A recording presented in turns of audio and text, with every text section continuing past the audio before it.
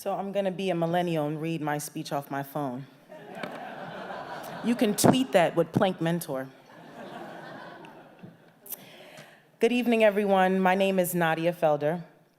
Tonight, I have the pleasure of introducing the Emerging Leader Award to a young man, oh, I'm gonna cry, to a young man who I have admired since my freshman year in college.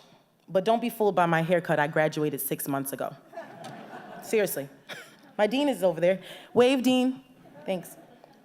Nonetheless, the two things that I learned, I know I put her on the spot. Nonetheless, the two things that I learned from college at Florida A&M University were one, drink lots of coffee before an 8 a.m., and two, find a good mentor. So I bought a Keurig for Christmas and I started on the search. I quickly realized that having mentors is like having socks. You can never have too many. You could never have too many who admire you, who guide you, and tell you what you shouldn't wear. So I started asking everyone to be my mentor. Every professor, almost every woman, and anyone who was old enough to be my mom. Sorry, Dean. The crazy thing is, Eric Winkfield didn't fit any of those categories. He was obviously a man, and he was never my professor, and he's probably old enough to be maybe my brother. But Eric and I have a different relationship. Because of him, I learned there are two types of mentors. One, an intentional mentor, one who directly seeks to inspire someone and make them better. And then there's an unintentional mentor, one who inspires an individual without being conscious of it. To this day, here's a fun fact, I've never asked Eric Winkfield to be my mentor.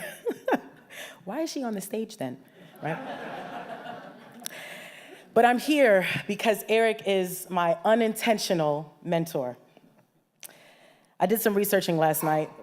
Google is obviously where I got my degree from. And I looked up what unintentional mentor in Africa meant. Google told me the African Swahilian phrase for unintentional mentor is Ubuntu.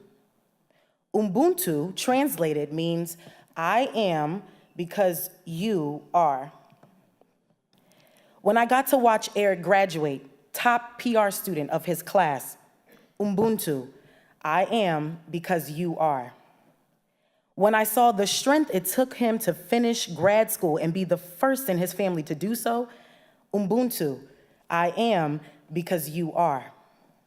When Eric told me he had to cancel his homecoming plans because his president at Pepco asked if he could stay in town to save a project, Ubuntu, I am because you are. And tonight, as I witness Eric become the first HBCU award winner for the Emerging Leader Award presented by the Plank Center for Leadership and Public Relations, Ubuntu, I am literally here because you are.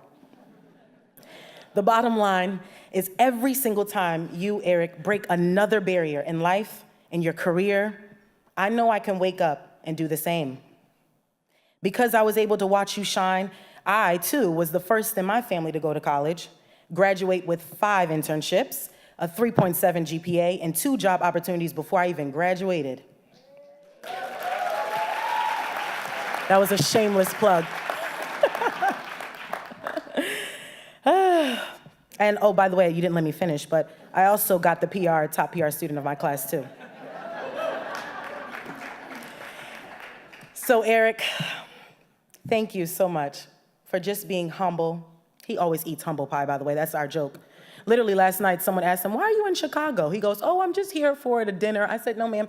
He put his humble slice of pie down. He's here because he's getting awarded. Let me please assure you. But again, thank you for being humble, hardworking, God-fearing. All of that I see. And because of you, I'm able to shine and truly be myself and the best version of myself every single day. With that, before I ask you to come to the stage, will you please stand up? I'd like to ask you a question I've been wanting to ask since my freshman year. You ready? Will you officially be my mentor? Eric, come on and get your award.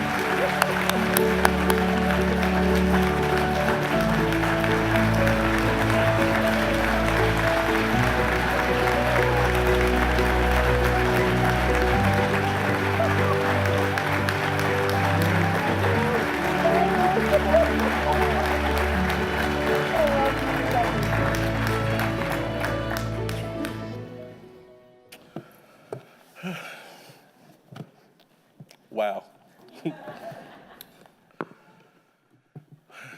Ladies and gentlemen, you never know the impact that you have on people just being yourself.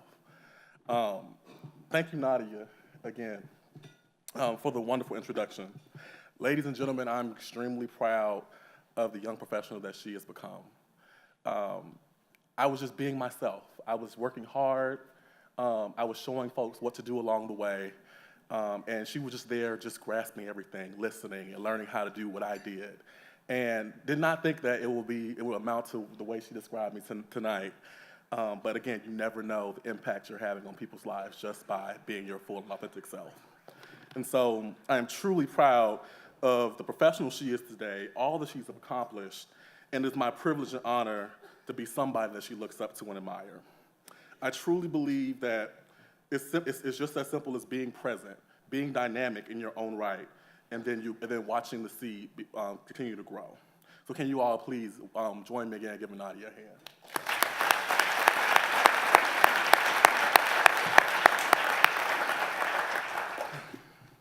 Before I go any further, I would like to give honor where honor is due. I'm joined tonight by my beautiful mother, Yolanda Davis, who is over here to my right.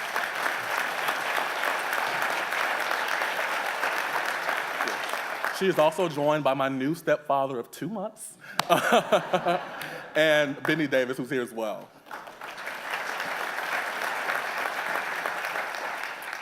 A little background about myself. Growing up, my mother sacrificed a lot to provide me the opportunities and the ability to be here before you today.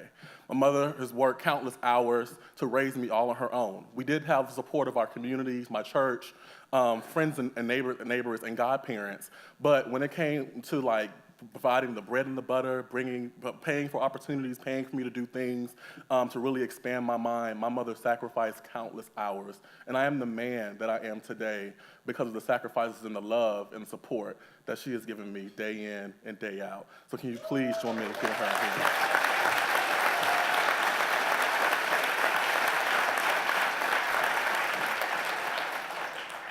So I'll continue by saying this award is definitely a humbling experience for me.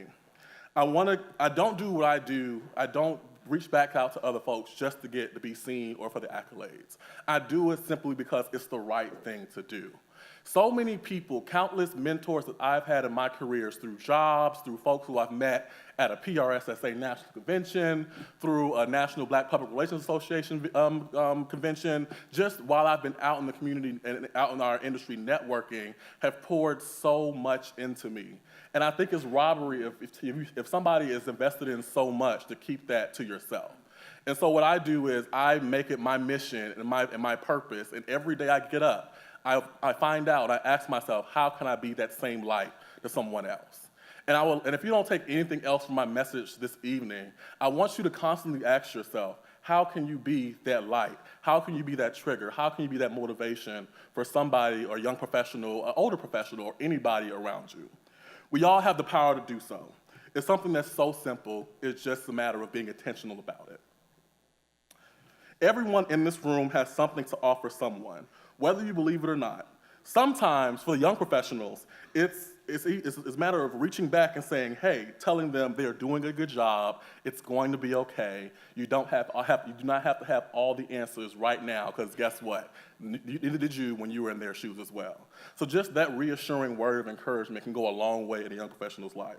It can be as simple as taking 5 minutes of your day to review a resume and saying, you should put this, you should talk about this a little bit more, you should really color this section of your resume in, again, can go a long way in a young person's life. Something that resonates with them can make them get up and say, they too can be because you were. There are people in your offices, communities, or even your very own table that can gain something from your life story or your career story. We must share, we must cultivate this spirit of transparent mentorship. Again, transparent mentorship. A lot of times we're so excited to talk about the things we've done well, but we're afraid to talk about the things that we failed at, or those serious lessons we needed to learn. And those very lessons, those very stories are what our next generation of communicators need to know so that they do not make the same mistakes. I want to encourage you to be bold. Encourage bold thinking to be around you. There are going to be some times where some folks come to you and bring bright ideas that you think are totally crazy. I want you to try to embrace those and try to understand them, try to harness them. Increased access to opportunity. So Nadia said I'm the first one right here to receive this award from a historically black college and university, HBCU. HBCUs in our country are quality programs who have such rich and diverse talent. Understand what are some of the local community HBCUs in your own area, in your own backyard, and understand where are those communication students and how can you engage them and how can you open their mind up to different opportunities. I bet you that when you go speak to those students, you'll be the first executive, the first person of your caliber who they will even meet. And the thing is, when they see you, when they see your role, when they hear your story, you make it real for them that they too can do what you do. Educate and cultivate diverse talent. We love and we embrace the conversation of diversity, but do we do the same thing with the conversation of inclusion? I want to challenge you to continue to have those inclusive conversations with your teams, with your young mentees, with your younger peers in your offices, because the conversation of inclusion really is going to make us and drive a much diverse, a much broader, and a much powerful industry. And before I take my seat, I'd like to just give one piece of advice to the young professionals in the room as well. Be open and teachable at all times. It's amazing to have great ideas, innovative thoughts, new ways of doing things, but try to first understand the process that was already put in place to its fullest self, and understand that those folks who have been on your careers, who've been in their careers for 30, 30, 40, 50 years, they've been there and they're there for a reason. They sustained a long career for a reason. So be able to listen to them and take those nuggets so you can be able to do the same thing.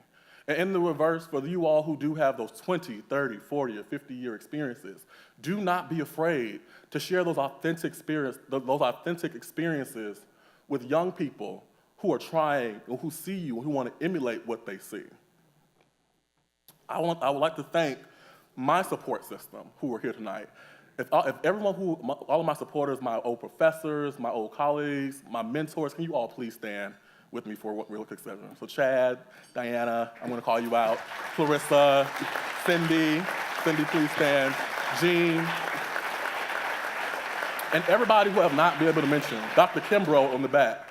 Thank you all so much. I am, to my mentee's point, because you are. You all have pushed me. You all have challenged me. Clarissa's laughing because she worked me extremely hard. But it's because of your challenge and your pushing, your motivation is the reason why I'm here today. You saw potential, and you harnessed that for greatness. And I will forever be into your debts because you all have just really changed my whole narrative. So I started out, before I went to FAMU, just a kid from Miami. They just wanted to do something in PR. I went to Florida A&M University. I met Dr. Kimbrough. Dr. Kimbrough asked me, what did I want to do? I said, I want to be a senior level communication executive for a Fortune 500 company. She asked me, how did you want to get there? Well, the way I get there is I have to have an agency internship. I have to work in-house. I have to do X, Y, and Z. She was like, okay, great, you have a plan. Let me start connecting you with some folks who can help work your plan in that level. She connected me with the FAMU alum who worked at Edelman, who found an internship opportunity that got me in the door. From there, that made me attractive for other internships like NBC Universal, Bowstern Marketing Communications, and the Florida A&M University Dean's Office of Communications as well. And so from those opportunities, I then met my family from West Virginia University, who saw me in my role with PRSSA, so those students be involved in PRSSA. I'm looking at you. Involved so heavily to the point that I was a national officer, the first one from my university to serve at that level. And from there, I met Miss Tina, I met Chad, I met Diana, and then they saw me and they saw a talent there, and they offered me an opportunity to study at the graduate level at West Virginia University for one of the greatest IMC programs in the country. I'm saying, hey, we're good. And through that experience, it's opened up my mind. It's allowed me to understand strategy at a deeper level that continued to make me ready for an entry-level job. To be able to have the opportunity by Ms. Clarissa Baya-Taylor, who saw my talent at a very young age, my sophomore year of college, might I add, and just constantly talk to me, reply to the emails, reply to me saying, hey, this is what I'm working on. What are your thoughts on this? And giving me candid feedback on my projects I was working on really helped me and really made me maybe qualified. We built a relationship, and I was able to work for her on her team. To be working for her for just 1 year, for the company to recognize the potential that I had to promote me to a public affairs role, doing public policy, external affairs, community outreach, and to being right here tonight with you all, saying that I am the 2018 Emerging Leader for the Planck Center for Leadership and Public Relations. So with that, I want to thank the Planck Center for honoring me. Keith, thank you so much. Dr. Cowler, thank you so much. Because it is truly a life-changing, a story-changing opportunity for me. Something that again, folks who are looking at my story, who are looking at me back at home, at Florida A&M University, at West Virginia University, and other schools around, to say, because Eric did, I can too. So with that, I want to thank you all again. Thank you so much for your time, and it's been a pleasure.